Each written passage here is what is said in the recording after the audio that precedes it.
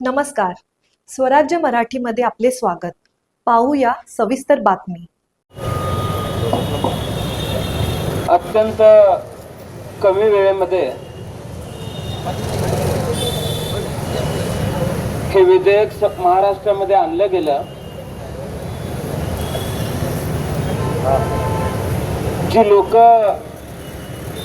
या समितीमध्ये घेतली गेली त्या समितीला देखील चर्चेचा कुठला अधिकार दिला नाही. आणि आज एका अशा विधेयकाचं जे विधेयक फक्त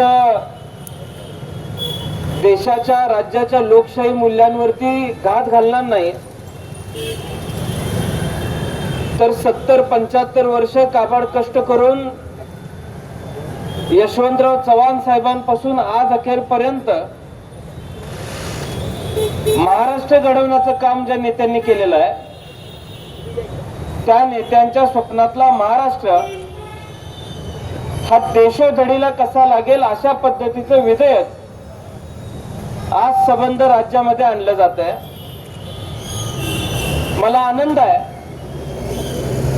की या विधेयकाला विरोध हा संबंध राज्यामध्ये त्याची सुरुवात कुठे झाली असेल तर ती सांगली जिल्ह्यामध्ये झाली. आणि एका अशा जिल्ह्यामध्ये, ज्या जिल्ह्यामध्ये वसंतदादा असतील, ज्या जिल्ह्यामध्ये राजाराम बापू असतील,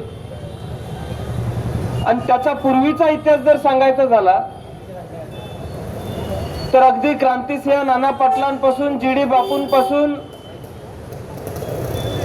हा इतिहास या जिल्ह्याने संबंध राज्याला दाखवून दिलेला आहे. मला विश्वास आहे की या जिल्ह्यातून ज्यावेळेस आपण या लढ्याला सुरुवात केलेली आहे, हा लढा राज्यातल्या कानाकोपऱ्यापर्यंत पोहोचवण्याचं काम आपल्या सर्वांच्या माध्यमातून झालं पाहिजे असा विश्वास सुद्धा मी आज या ठिकाणी व्यक्त करतोय. आदरणीय जयंत पाटील साहेबांनी हे विधेयक ज्यावेळेस विधान भवनामध्ये आणलं जाणार होतं त्यावेळेस या विधेयकाच्या संदर्भामध्ये आम्हाला माहिती दिली होती. आमच्या सर्वांचं ठरलं होतं की प्रत्येक पक्षाच्या वतीने, मग काँग्रेस असेल, शिवसेना उद्धव साहेबांचा पक्ष असेल, आपल्या पक्षाच्या माध्यमातून असेल, 3 लोक या विधेयकावर बोलतील. पण सत्ताधारी पक्षाने हे विधेयक जनमानसांना कळू नये या भावनेनं विरोधी पक्षातल्या नेत्यांना सुद्धा पुरेसा वेळ या विधेयकावर बोलण्यासाठी दिला नाही. किंबहुना लोकांपर्यंत कमीत कमी माहिती या विधेयकाच्या बाबतीमध्ये कशी पोहोचेल याची खात्री आजचं शासन काम करताना घेतंय. पण जयंत पाटील साहेबांचं भाषण चालू असताना त्यांनी त्यांच्या भाषणामध्ये एक सांगितलं की ज्यावेळेस पी चिदंबरम साहेब ईडीच्या आणि इन्कम टॅक्सच्या संदर्भातला कायदा बनवताना बरीच त्यांचीच लोक म्हणत होती या कायद्याचा चुकीचा वापर केला जाईल. गेला 15 वर्षातला कार्यभार आपण बघतोय. कायदा पी चिदंबरम साहेबांनी आणला आणि सर्वात आधी तुरुंगात कोण गेला असेल तर त्यांनाच तुरुंगात त्या कायद्याच्या माध्यमातून जावं लागलं. जयंत पाटील साहेबांनी उदाहरण सांगितलं की प्रत्येक शेवटच्या टर्म मध्ये अशा चुका होत असतात. आता ही सुद्धा शेवटचीच टर्म आहे. आता याचा फटका भविष्यात कुणाला बसणार आहे हे मला सांगायची आवश्यकता नाही. पण आपण बघतोय लोकशाही मूल्य ही पायाखाली तोडवली जात आहेत. लोक उद्या आपली एखादी मागणी घेऊन शासनाच्या विरोधात भांडायला लागली तर शासनानं यांना अडवण्यासाठी हे विधेयक आणलेलं आहे. अयाजभाईंनी सांगितल्याप्रमाणे ते विधेयक आम्ही सुद्धा वाचलं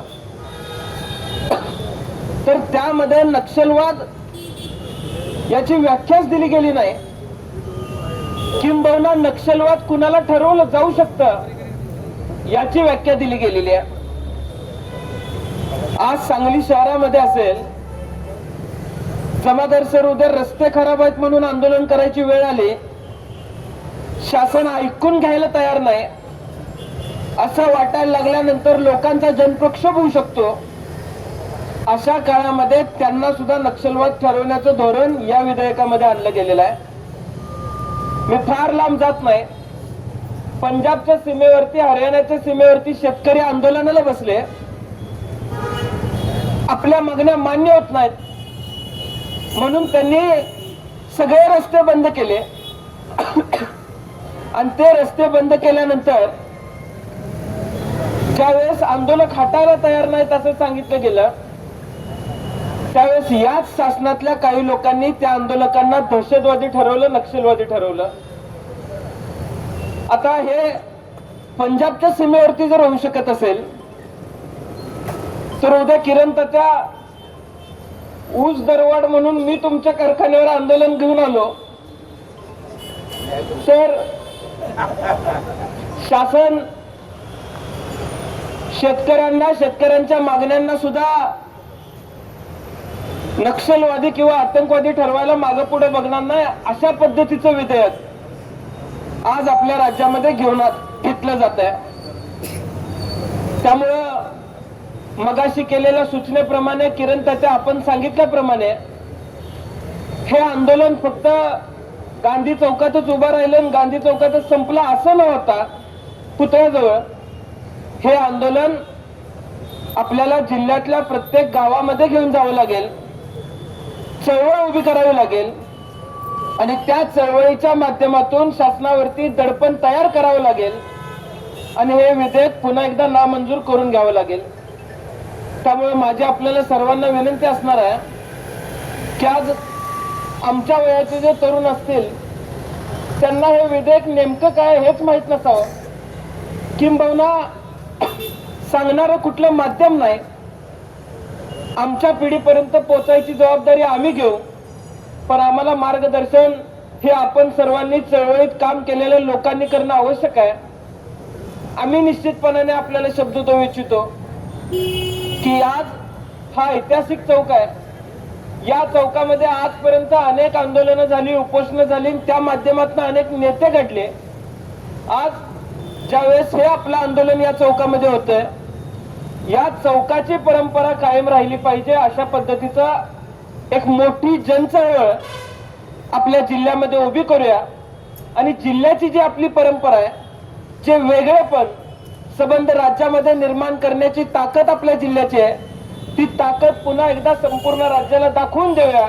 एवढंच मी आज या ठिकाणी आपल्या सर्वांना विनंती करतो.